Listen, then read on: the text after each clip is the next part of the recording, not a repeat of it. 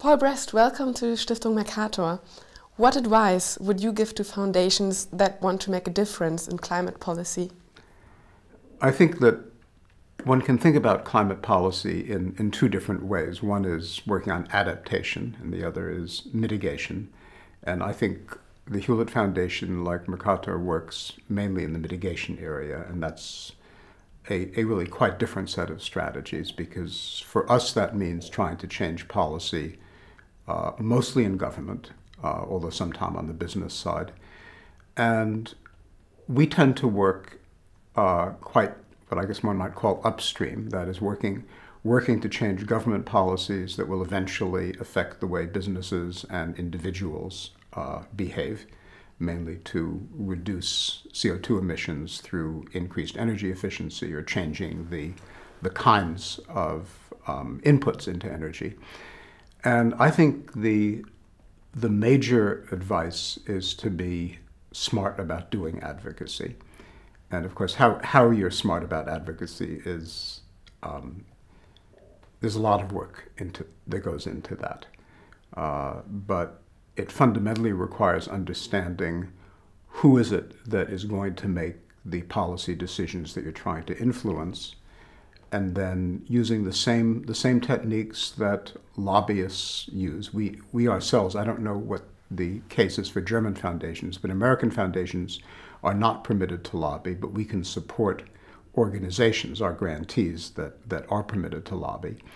And we look for ones that have real expertise in getting climate policies adopted by legislators or other government entities.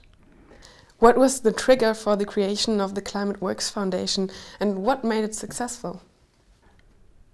So we realized that in order to do the kind of work we wanted to do in the climate area, that we had a choice of either building up our own staff a great deal, and we're a small foundation, and we thought that it would distort our staff if we built all the expertise in-house, or to find organizations that we could make grants to. And Climate Works is by no means the only good organization working in the field, but in order to achieve the goals we wanted internationally, we thought we needed an organization like Climate Works that could both do the advocacy, but also put together a network of organizations that distilled best practices in different areas. So, the Packard Foundation, the McKnight Foundation, and the Hewlett Foundation together created Climate Works.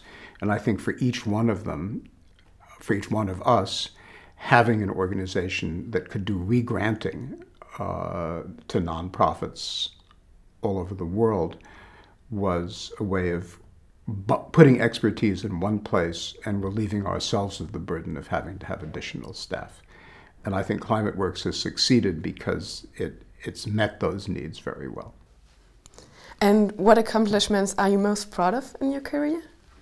At the foundation, when I think about what I'm most proud of after 12 years being there,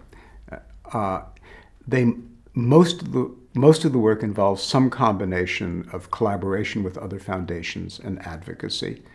And in some cases, we don't know whether we will have succeeded for some time. I think climate is a good example. I'm proud of the work, not because we've succeeded yet, but because I think we've created something that has a good chance of success.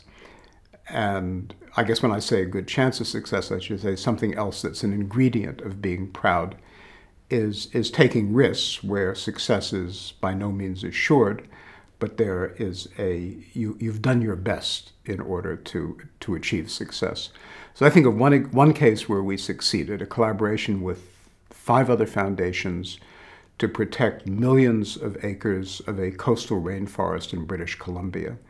And that involved getting the collaboration of the Canadian national government, of the British Columbia state provincial government, First Nations tribes, businesses involved in the extractive industries, and others, getting them to come together and agree to protect the land. And I guess what I think all the foundations there can be proud of is working on a complicated collaborative scheme with lots of risks, being willing to see something through to completion, and in this particular case, actually having a successful and, I think, enduring outcome. Thank you very much for your insights. Thank you.